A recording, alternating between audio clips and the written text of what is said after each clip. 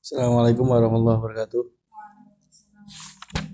Bismillahirrahmanirrahim. Ila hadratin Nabi Mustafa Muhammad sallallahu alaihi wasallam wa azwajihi wa dzurriyyatihi wa ali baitihi wa ila arwahi sayyidina murabbi rahina Al-Habib Muhammad bin Ali bin Abdurrahman Al-Jufri wa usulihi wa fahim wa ila arwahi mu'alif al-kitab Syekh Salim bin Sumair Al-Hadrami Asy-Syafi'i wa usulihi wa fa'ilihi man Allah ila darajil jannah katsir mathubati man yudha'if sanatihim wa yahfazuna bi jayhi ma yanfa'una bihi ma yu'idu alaina barakatihi masrari man warihi ma ulumihim wa nafahatihim fid dini wa dunya wal akhirah. Al-Fatihah.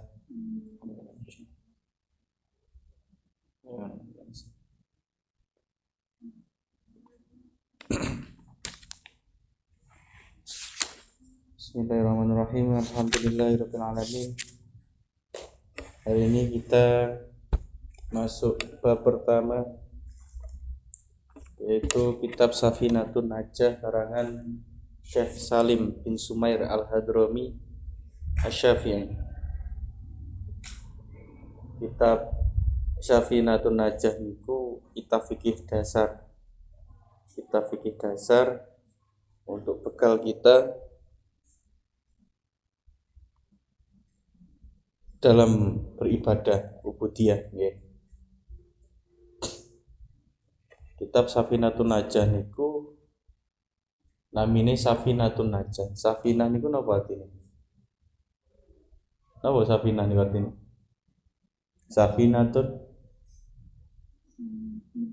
jare tau haji Safinah. Safinatun artine perahu. An-Najah artinya selamat. Jadi Safinatun Najah niku perahu keselamatan. Jadi sapa sing melajari kitab Safinatun Najah diharapkan dia bisa selamat karena dia naik perahu penyelamat. Safinatun Najah. Ngono karepe pengarangi ngono.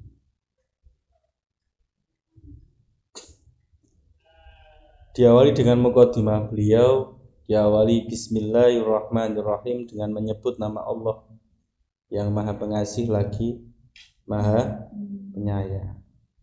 Sampun dados tradisine ulama ketika mengarang kitab pasti didahului dengan mukadimah Bismillahirrahmanirrahim.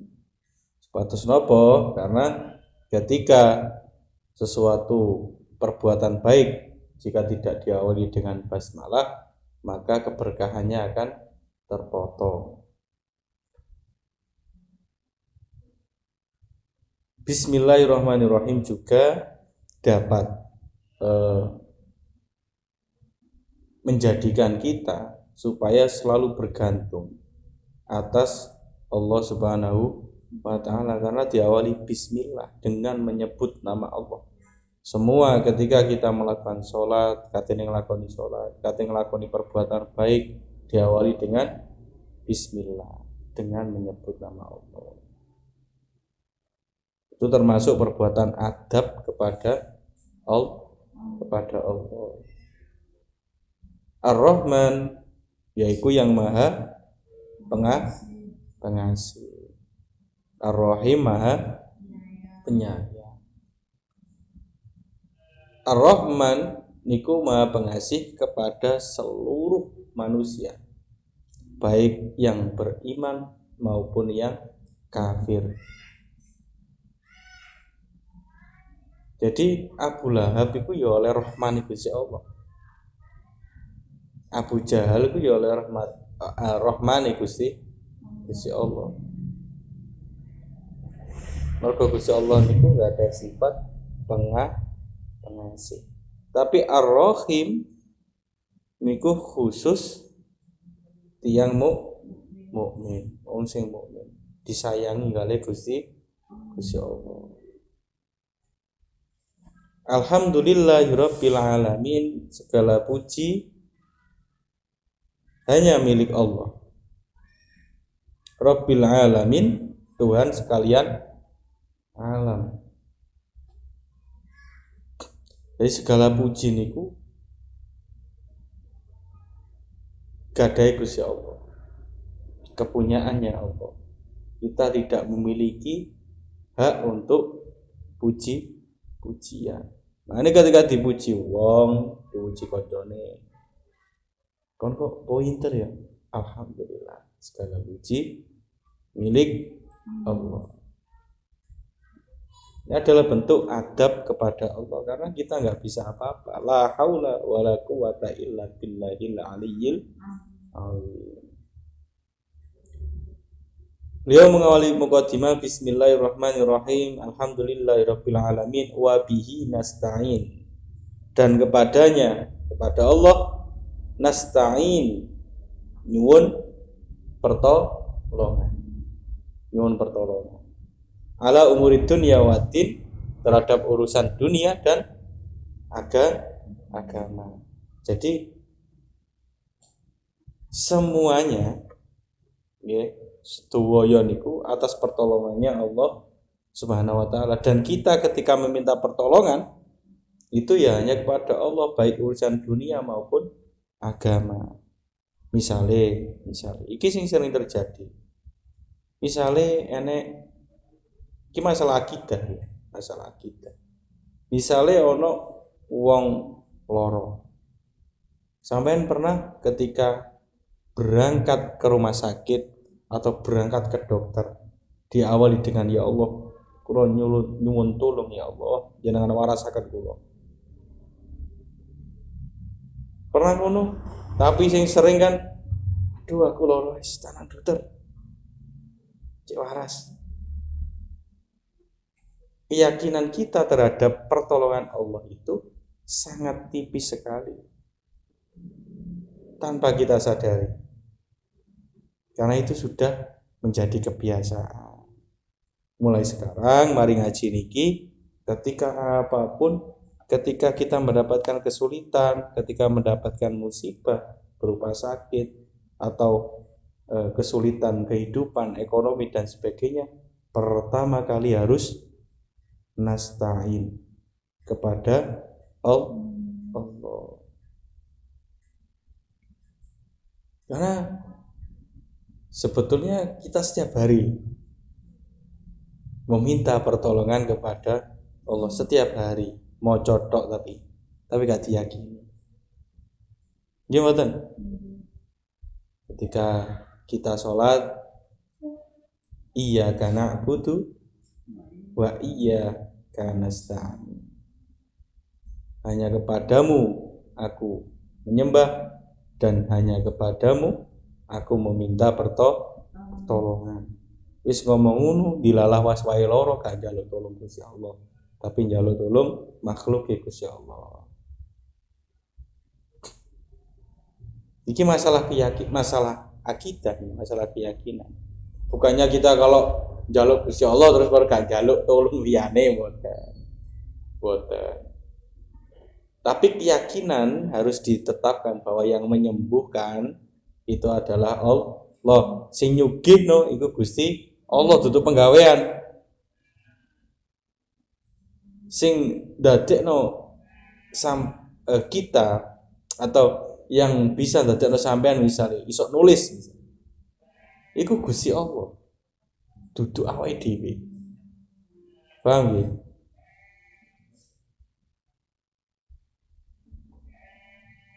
Sebabe lah kabeh iku dikai sebab karo Gusti Allah ben masuk akal. Gusti Allah niku nek ngekeki niku mboten kok kaya ibu ngekeki nang anak duit, nyoleh duit plek, oh gak ngono. Gusti Allah iku mesti ngekeki sebab-sebab sing iso dilebokno akal. Pasti arek iku tak kei iso nulis mergo sebabe dhek sering belajar nulis. Tapi dalam keyakinan kita nggak boleh kita merasa iki tulisanku, iki wekku, iki aku sing gawe gak oleh. Karena apa? Karena dhewe iku la haula wala quwata illa bil aliyyil azim. Dilanjut mukadimahnya ketika sudah memuji Gusti Allah. beliau ini Muqaddimah merasa rendah di hadapan Allah karena segala urusan dunia dan agamanya itu ditolong oleh Allah. Dilanjut, wa sallallahu ala sayyidina Muhammadin khataman nabiyyin wa alihi wa sahbihi ajma'in. Lah wong nek wis bersyukur nang Gusti Allah, muji marang Gusti Allah, dilanjut muji nang mau sholawat ning Kanjeng Nabi. Mergi napa? Tanpa Kanjeng Nabi di dunia ini kita tidak akan mengenal siapa itu Allah, apa itu Islam, apa itu keindahan Islam, apa itu keindahan sholat dan sebagainya. Kita tidak tahu semua itu. Makanya kalau kita kenal dengan Nabi Muhammad, seyogyanya kita selalu membaca sholawat dimanapun, kapanpun. Bosone guru kula niku maca sholawat terus menerus tiada putus.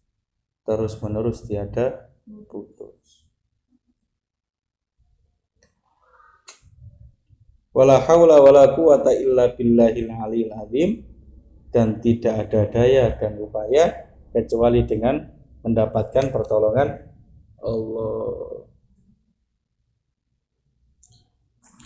Nah, dan beriki sholawat, bahas sholawat.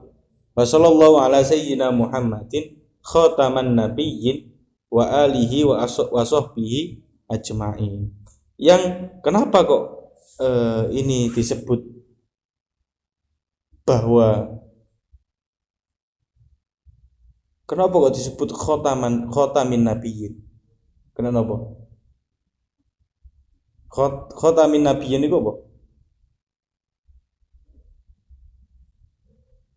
Khatam itu apa? Selesai atau penutup para pungkasane para nabi. Pungkasane nabi. Kenapa kok itu di stempel nang Kanjeng Nabi?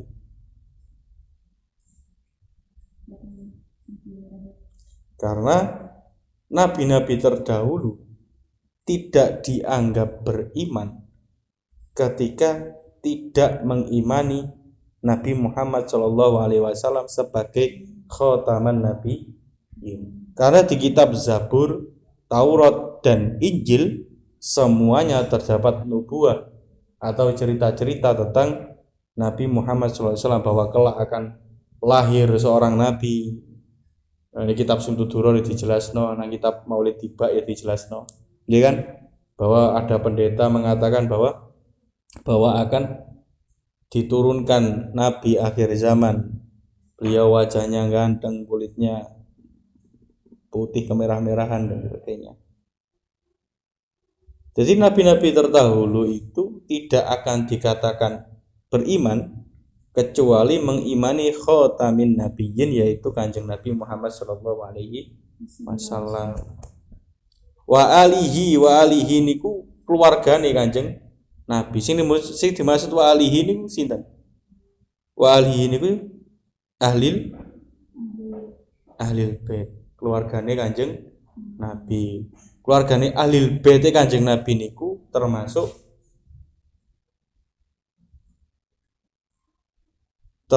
garwane Kanjeng Nabi, putrane Kanjeng Nabi, putrine Kanjeng Nabi, lan Bani Hashim dan Bani Muthalib.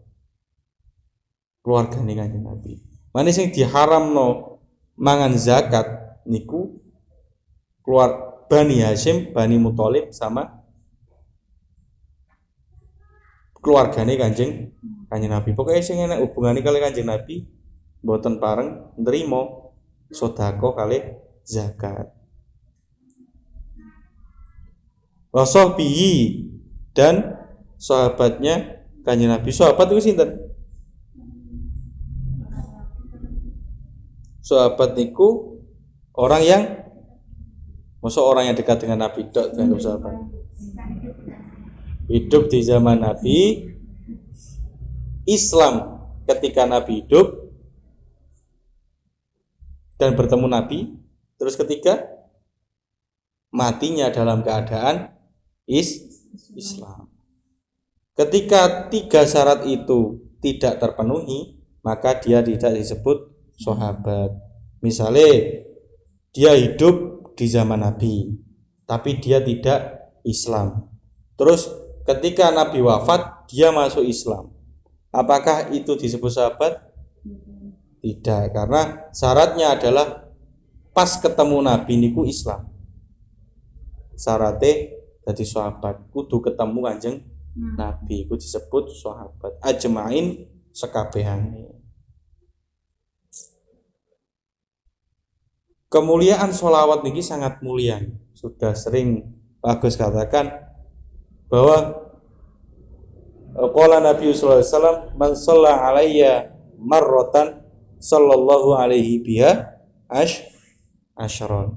Barang siapa yang bersolawat kepadaku 1 kali, maka Allah akan bersolawat kepadaku 10 kali. Mane solawat niku ibadah sing paling gampang diterima karo kalih Gusti Allah. Keranten napa? Jaminane niku pasti dijawab. Soalnya hadis Kanjeng Nabi niku man shalla alayya marrotan, barang siapa yang bersolawat kepadaku 1 kali, sallallahu alaihi biha asyron, maka Allah akan bersolawat kepadanya 10 kali. Pertanyaannya adalah gimana solawatnya Allah kepada kita? Solawatnya Allah kepada kita yaitu yang dijelaskan dalam Al-Quran yang berbunyi liyukhrija minaz zulumati ilan nur. Solawatnya Gusti Allah niku berbentuk dikeluarkannya dari jalan kegelapan menuju jalan yang terang benderang. Mane wong sing akeh maca selawat, mangane nek wong ahli maksiat, kancane dhewe sing ahli maksiat, dulur-dulure dhewe, utawa sapa sing ketemu nang di ahli maksiat, pertama aja didhawuhi sik. Pertama dicedheki, nomor loro kenalno Kanjeng Nabi. Wis kenal karo Kanjeng Nabi, kon maca selawat sing akeh. Insyaallah liyukhrija minaz zulumati ilan nur. Gusti Allah bahkan ngetokno dekne dari jalan kegelapan menuju jalan yang terang benderang. Jadi itu mukadimah dari Syekh Salim bin Sumair. Di mukadimah sudah kita lewati, sekarang menuju bab yaitu Arkanul Islam.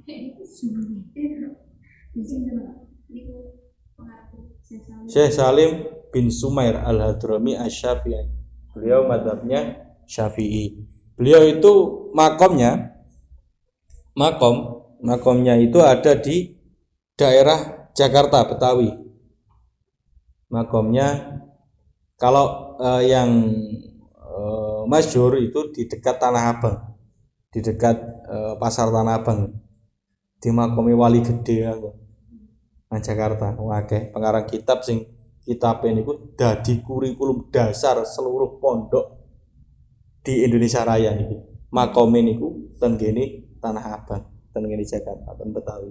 Syekh Salim bin Sumair Al-Hadrami Asy-Syafi'i.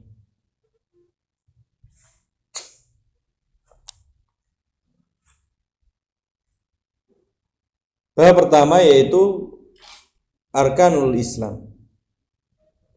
Arkanul Islam itu rukun-rukunnya Islam. Itu ada berapa? Ada 5. Khamsatun iku 5. Yang pertama syahadatu alla ilaha illallah wa anna muhammadar rasulullah. Sampeyan paling wis apal. Tapi di sini Pak Agus itu akan menerangkan bahwa rukun di dalam agama, sebelum kita membahas rukun Islam, rukun di dalam agama niku ada berapa? Rukun dalam agama ada? Sebelum kita bahas rukun Islam, kita bahas rukun agama yang dikenal dengan hadis Jibril. Jadi ketika sampean pernah dengar kisah ketika Jibril takok tanglepan gini Kanjeng Nabi, man Islam, man iman, mal Islam, mal iman, terus mal ihsan. Pernah dengar? Itu yang disebut hadis yang menerangkan tentang arkanuddin, rukune agama. Rukune agama iku ana telu, yaitu rukun Islam, rukun iman, kali rukun ihsan. Yang pertama rukun Islam.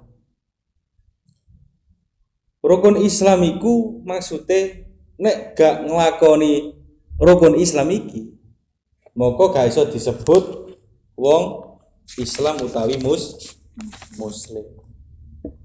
Yang pertama yaitu asyhadu alla ilaha illallah, syahadatu alla ilaha illallah wa anna Muhammadur Rasulullah.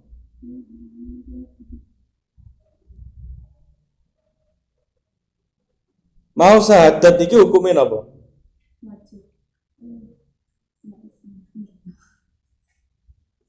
Hukume napa?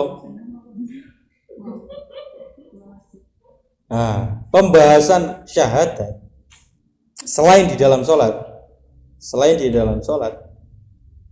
adalah wajib bagi orang kafir yang sudah mendengarkan kabar Islam. Paham? Jadi ketika ada orang kafir mendengar agama Islam tentang Allah, tentang Kanjeng Nabi, hukumnya sudah wajib membaca syahadat. Ketika dia tidak membaca syahadat, maka dihukumi berdosa. Mane wong kafir niku kekal ning neraka. Mergo napa? Dia sudah mengetahui Islam tapi dia tidak mau bersyahadat. Lah Pak Gus, gimana kalau orang yang nggak pernah dengar Islam? Gimana kalau orang yang nggak pernah dengar Islam? Ketika orang itu tidak pernah mendengarkan kabar Islam, kabar Kanjeng Nabi, kabar Pangeran Gusti Allah dan sebagainya, maka dia terbebas dari hukum wajib membaca syahadat. Misale enek wong urip nang alas-alas nemen alase, sampai gak roh nek ana agama sing jenenge agama Islam misalnya. Apakah dia berdosa ketika tidak mengucapkan syahadat? Tidak berdosa karena dia tidak mengetahui kabar tentang Islam. Tapi misalnya zaman saiki jek ono apa ora ya? Kira-kira wong sing gak krungu Islam. Kira-kira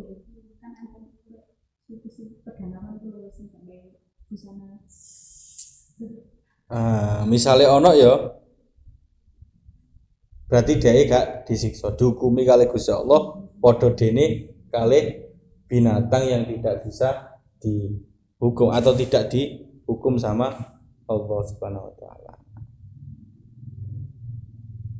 Lah pertanyaannya, biasa yang sering arek mahasiswa takono, ketika anak ngocot, apakah dia harus bersyahadat ketika besar? Ketika bapak dan ibunya seorang muslim? Kita ya. Perlu napa mboten? Wajib napa mboten?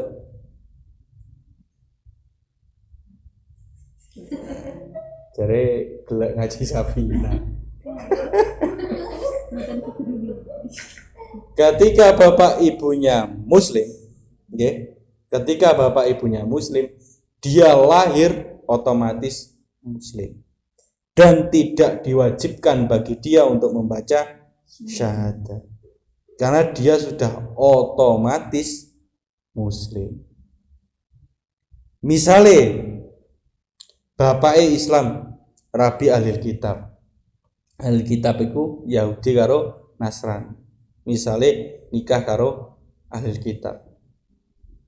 Apakah dia kayak kuis, apakah dia wajib bersyahadat?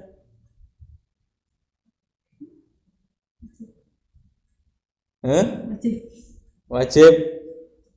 Menurut jumhur ulama, dia tidak wajib membaca syahadat karena dia mengikuti ayahnya. Ketika bapaknya muslim, maka anak yang lahir menjadi muslim otomatis.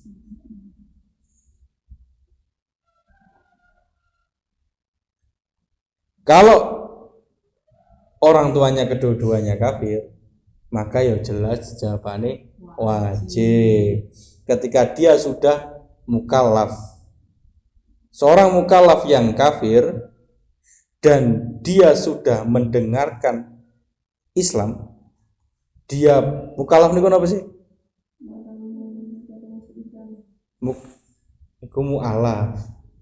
Mukallaf. Astagfirullahaladzim. Tak balene maneh. Kena ngono jare wis kaji Safina olah walik. Yo apa meneh. Kita gak karuan. Mukallaf niku satu, mukallaf niku balik.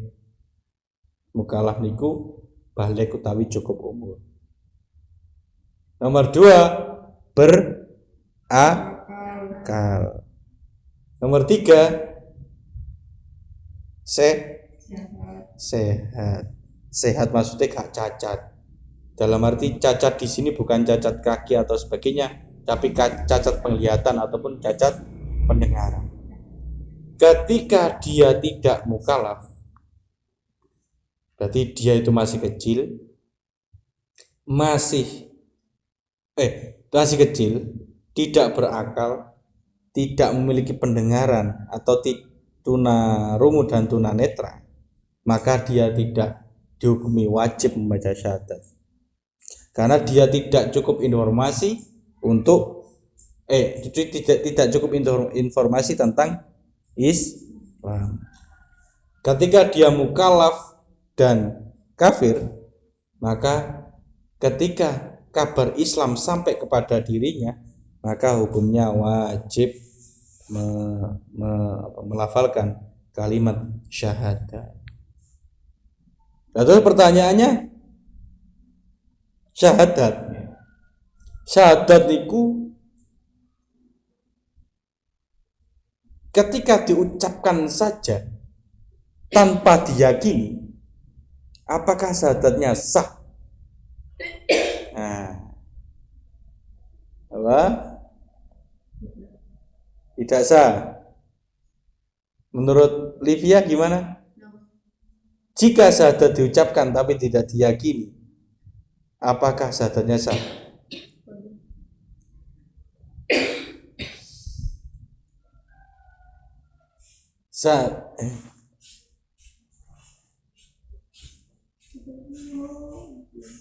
Syahadat. Niku ketika syahadat niku dibagi dua oleh Al-Imam Ghazali, yaitu syahadat yang diucapkan dan syahadat yang ada di dalam hati. Syahadat yang ada di dalam hati. Ketika syahadat itu diucapkan saja tanpa diyakini, pertanyaannya apakah syahadatnya itu sah? Jawabannya adalah sah di hadapan manusia. Dia sudah dihukumi muslim. Paham? Misalnya enten tiyang maos asyhadu alla ilaha illallah, wong Kristen misal. Asyhadu alla ilaha illallah wa asyhadu anna Muhammadar Rasulullah, mergo dhek hafal. Dia sudah bisa dihukumi sebagai orang yang muslim meskipun dia tidak meyakini apa arti dari syahadat. Begitupun sebaliknya, ketika syahadat niku hanya diyakini di dalam hati tanpa diucapkan, apakah syahadatnya sah?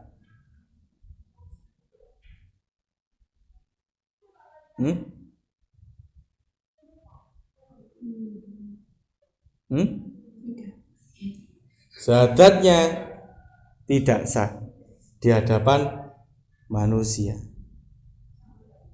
Imam Ghazali pernah bimbang terhadap itu.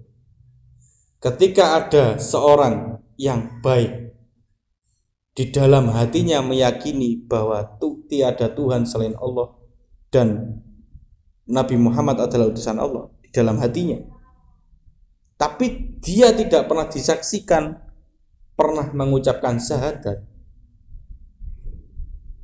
maka di dunia dia dihukumi kafir, di akhirat dipasrahkan kepada Allah Subhanahu wa ta'ala.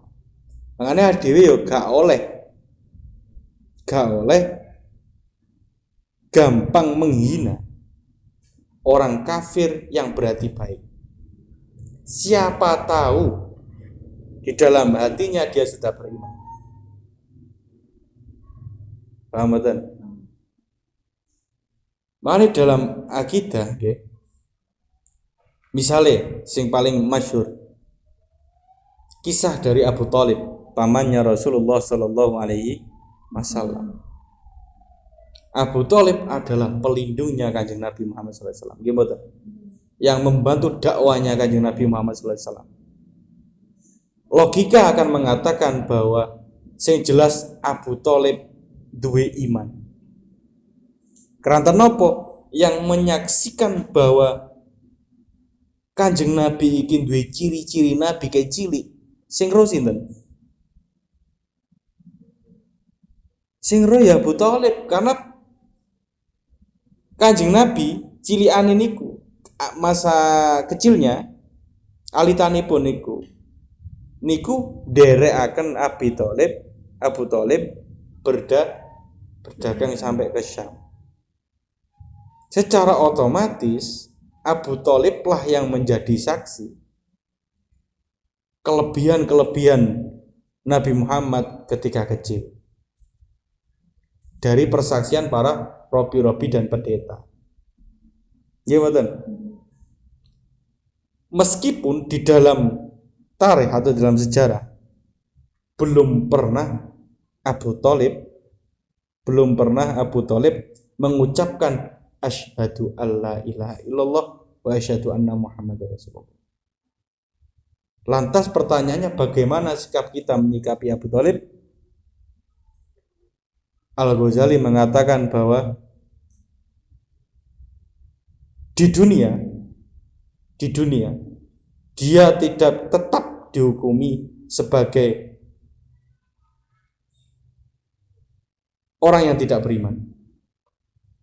Tetapi urusan hatinya, urusan keyakinannya kita serahkan kepada Allah Subhanahu wa ta'ala. Tapi kita sebagai pendereke para ulama, Abu Thalib niku termasuk orang yang dikasih oleh Allah Subhanahu wa ta'ala. Mergi nopo? Mergi membantu kanjeng Nabi ket mulai dakwah sampai dilindungi. Sapa sing ganggu Kanjeng Nabi bakal dilibas kali Abu Thalib. Wong Abu Lahab iku lho, mergo Kanjeng Nabi lahir dina Senin, terus pada waktu Senin niku Abu Lahab niku diriwayatkan mbeleh 40 unta. Mergo ponakane lahir. Selamatan, seneng delok Kanjeng Nabi lahir.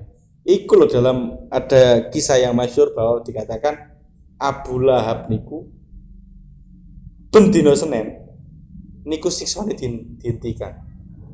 Krana mung seneng kalau lahirnya Kanjeng Nabi sing durung dadi nabi. Apa maneh? Ya kan logikane kan ngono. Menurut akal. Apa maneh Abu Thalib padahal Abu Lahab niki wong kafir nyel, gak tau ngewangi Kanjeng Nabi. Makanya dakwah.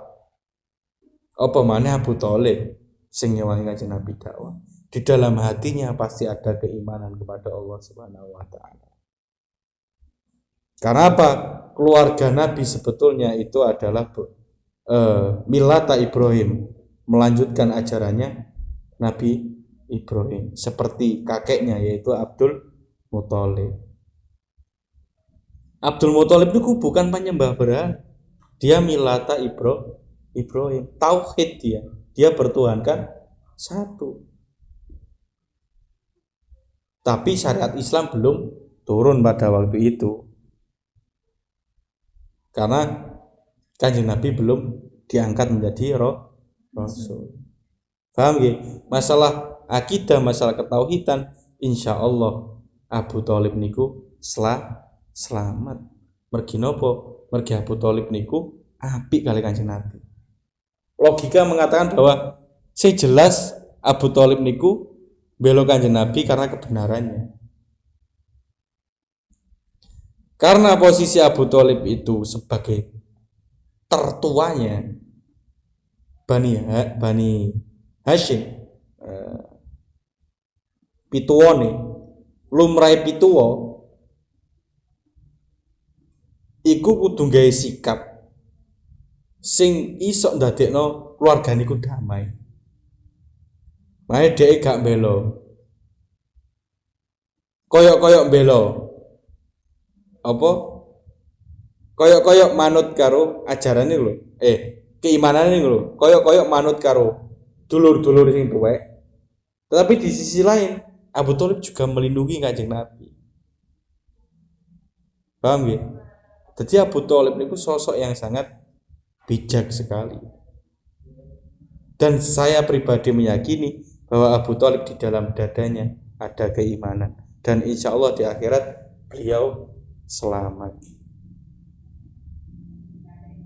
Dan ini bukan bab akidah nih. Ketika kita mengatakan bahwa Abu Thalib gak selamat terus ada kafir, mboten.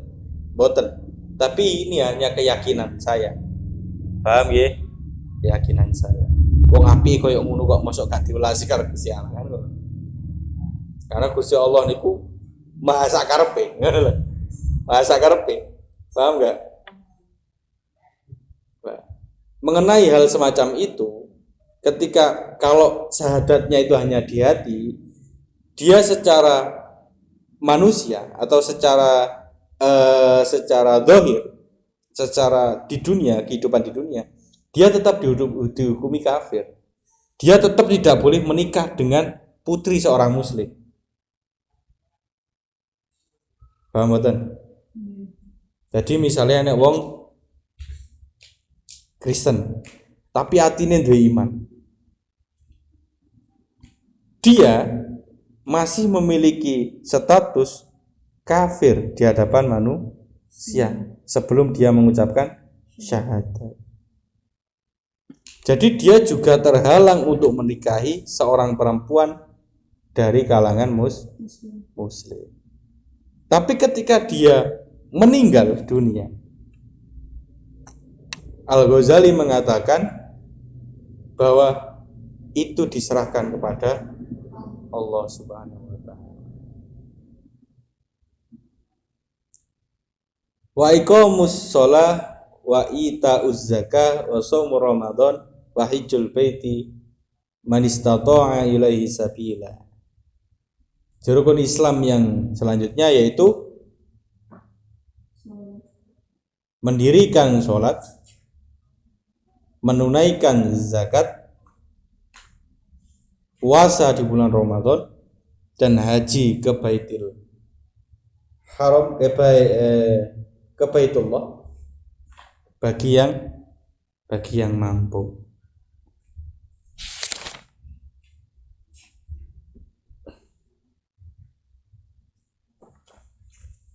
Mengenai keterangan yang selanjutnya, masalah wa iqamus shalah wa ita'uz zakah wa shaum Ramadan wa hajju baiti man istata'a ilaihi sabila. Iku insyaallah kalian sudah paham. Salat iku ya apa? Puasa iku ya apa? Zakat iku ya apa? Haji niku ya apa? Pun paham nggih? Sing perlu dijelaskan niku wau syahadatu alla ilaha illallah wa asyhadu anna muhammadar rasulullah yang harus diperdalam.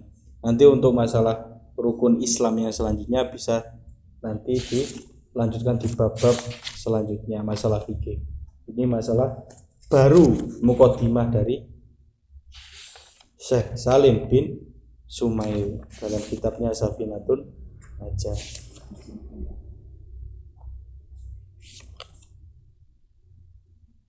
Akhirul kalam, assalamualaikum warahmatullahi wabarakatuh. Wallahu a'lam bishawab. Untuk bab selanjutnya yaitu rukun iman. Mungkin ada yang ditanyakan. Tekan nggih.